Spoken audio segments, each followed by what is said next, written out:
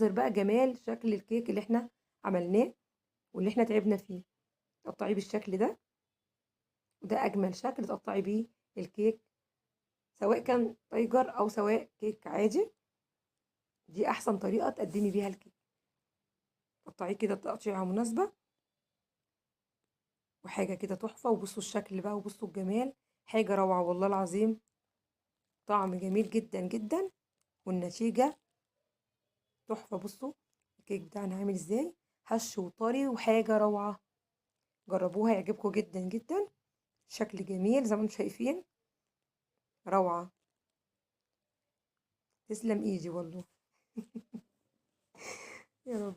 نحط الكيك في الاطباق وبنغطيه كويس وبنغلفه عشان يفضل طعمه جميل معانا لاخر قطعه. لو وصلتوا معايا لهنا اوعوا تنسوا تعملوا لايك ومتابعه ومشاركه للفيديو وتعليق جميل منكم يا اجمل متابعين.